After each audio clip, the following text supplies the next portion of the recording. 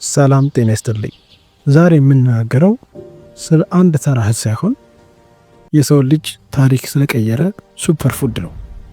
አጃ ኦትስ መጀመሪያ የተገኘው በሜዲትራኒያን እና በመካከለኛው ምስራቅ አካባቢ ነበር።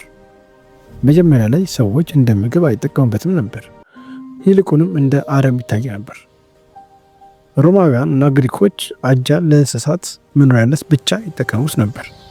ነገር ግን ወደ ሰሜን አውሮፓ ስኮትላንድ እና ጀርመን ሲሰራጭ ቀዝቃዛውን የአየር ንብረት መቋቋም በመቻሉ የሰዎች ዋነኛ ምግብ ሆነ።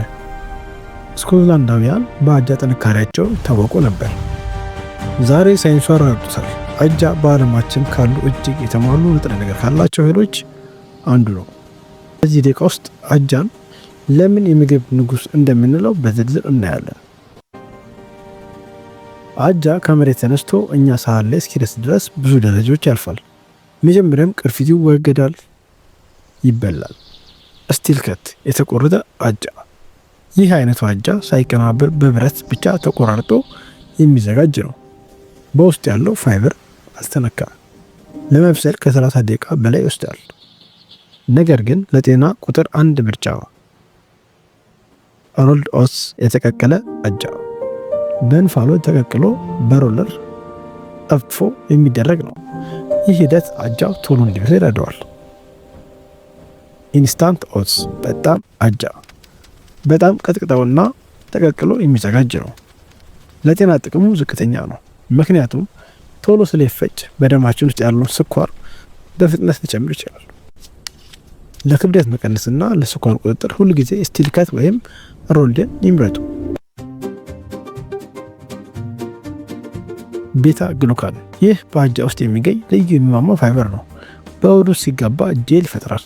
ይህ ጄል መጥፎ ኮሌስትሮልን ኤልዲኤል ይይዝና ወደ ደም እንዳይገባ ይከላከላል። የልብ ጤና ነው።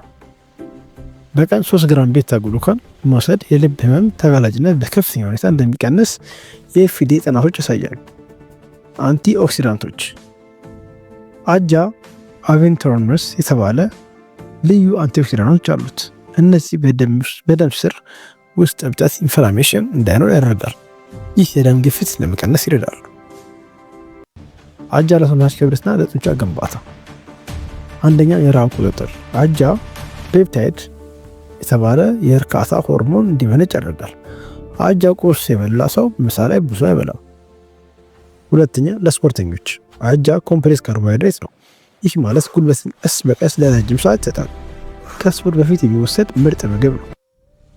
ሶስተኛ ፕሮቲን። ከእህል ዘሮች ውስጥ አጃ ከፍተኛ ፕሮቲን ከ11 እስከ 14% ካላቸው ውስጥ አንዱ ነው። ለጡንቻ እድገት ወሳኝ ነው። እንዲሁም አጃ ለቆዳ ለፀጉርና ለውበት። አንደኛ የቆዳ በሽታዎች። አጃ ኮሎይዳል ኦትሚል በመባል ለቆዳ መቆጣትና ለኤክዜማ ህክምናነት ያገለግላል። ቆዳን የማጽዳትና እርጥበትን የማስተካከል አለው። የቤት ውስጥ ማክስ። በቤት ውስጥ አጃን ፈጭተው ከማርና ከዮገርት ጋር በመቀላቀል ለፊቶ ተፈጥሯዊ ብርሃን መስጠት ይችላሉ። ፀጉር። በውስጥ ያለው ዚንክ እና ማግኒዚየም የፀጉር ስር እንዳይዘል እና ፀጉር እንዲፋፋ ያደርጋል። እንዲሁም ማስጠንቀቂያዎች፣ ጥንቃቄዎቻችን እና የተሳሳቱ አመለካከቶች። አንደኛ ግሉቶን። አጃ በተፈጥሯዊ ግሉቶን የለውም፣ ነገር ግን በስንዴ ፋብሪካዎች ስለሚዘጋጅ ሊበከል ይችላል።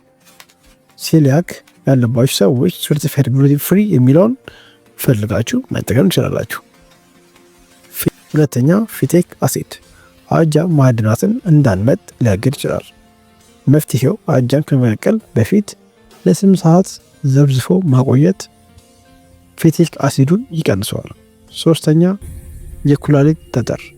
ዩሪክ አሲድ ያለባቸው ሰዎች አጃን ከመጠን በላይ መውሰድ የለባቸው። እንዲሁም የ30 ቀን ለውጥና መዝጊያ። የ30 ቀን ሙከራ። ለሚቀጥሉ 30 ቀናት በየቀኑ አጃ ይብሉ። በቆዳው በኃይሉ እና በምግብ መፈጨትም ላይ የሚመጣውን ለውጥ ያያሉ። ጤና ውድ ሀብት ነው። በአጃ ጤናውን ይጠብቁ። ቪዲዮውን ከተጠቀማችሁ ሰብስክራይብ አድርጉ። ለወዳጆቻችሁም አጋሩ። በሚቀጥለው ቪዲዮ እስከምንገናኝ ቸር ሰንብቱ።